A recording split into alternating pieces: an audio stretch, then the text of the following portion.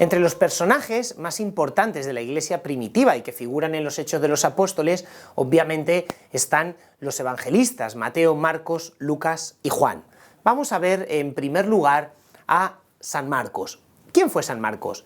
Bueno, os podrá sorprender, pero San Marcos no fue apóstol, no figura en las listas de los apóstoles. Sin embargo, sí que aparece en el Nuevo Testamento.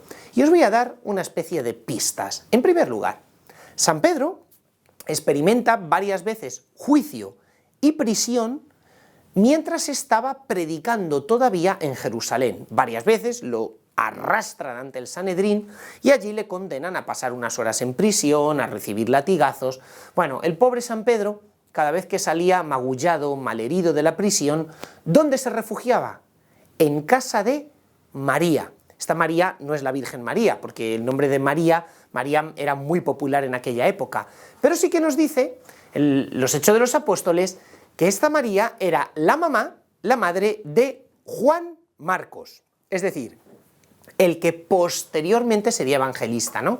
Con lo cual, imaginaos ya que existe un vínculo fuerte entre la familia de San Marcos y la familia de San Pedro, porque cuando te liberan de la cárcel o estás en aprieto, en dificultad, acudes a la persona con la cual tú tienes más confianza para buscar un refugio.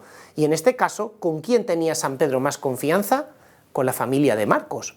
Bueno, de hecho, tal tenía que ser la importancia de esta familia para la Iglesia primera de Jerusalén, que cuando San Pablo va a iniciar todos sus periplos apostólicos por el Mediterráneo, en el primer viaje apostólico, obviamente no va a ir solo, y la Iglesia de Jerusalén le coloca dos compañeros. Uno será Bernabé, San Bernabé, llamado el Dicaios, llamado el Justo, que era de origen levita y natural de la isla de Chipre, y por otro lado, un primo de Bernabé, que era Marcos, el evangelista. Y es en este momento cuando Marcos comienza a acompañar a San Pablo en su primera misión.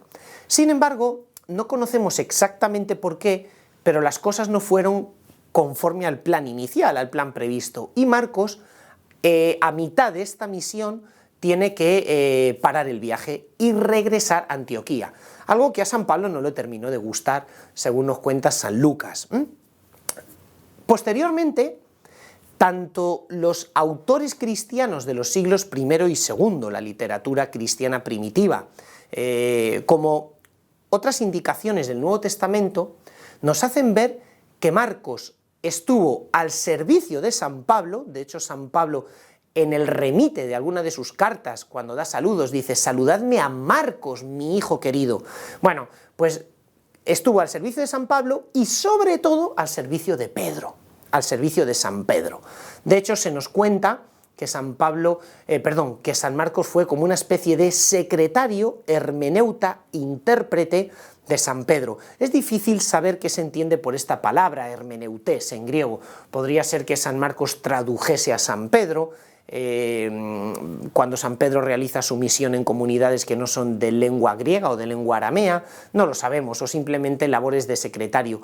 Lo que está claro es que en las cartas del Nuevo Testamento escritas por San Pedro, hay dos de ellas, llama a Marcos mi hijo, el que está conmigo. ¿Por qué es interesante el Evangelio de San Marcos? Muy sencillo, porque nos cuentan todos los datos, toda la evidencia externa de la literatura cristiana primitiva, que San Marcos puso por escrito la predicación de San Pedro, de tal forma que el Evangelio de San Marcos realmente es una catequesis oral de San Pedro que Marcos pone por escrito. Recordad que San Pedro, al igual que San Pablo, murió en la primera de las persecuciones cristianas, esa violenta persecución que desencadena un cruel emperador romano, como fue el emperador Nerón, instigado por su esposa Popea, que odiaba virulentamente a los cristianos con un odio atroz, y también motivado pues, por la propia locura del emperador Nerón, que quema Roma, le prende fuego y hace que se expanda el rumor por toda la ciudad de que han sido los cristianos. Bueno, en esa persecución mueren San Pablo y también San Pedro, pero poco antes de morir, San Marcos recoge toda esta catequesis que había dado San Pedro. Con lo cual, gracias al Evangelio de San Marcos, tenemos un testimonio de primera mano, de un testigo ocular como fue San Pedro, de cada hecho de la vida de Jesús. Nos cuenta la tradición que finalmente Marcos terminó por predicar el Evangelio en la segunda ciudad más grande de todo el Imperio Romano, que era la ciudad de Alejandría, la capital de la provincia romana de Egipto, y que allí estableció su comunidad, estableció su iglesia y que incluso hasta bien entrada la Edad Media allí reposaron sus restos. Bueno, pues nos encomendamos a este gran santo, sabiendo que en su Evangelio tenemos el testamento espiritual del apóstol San Pedro.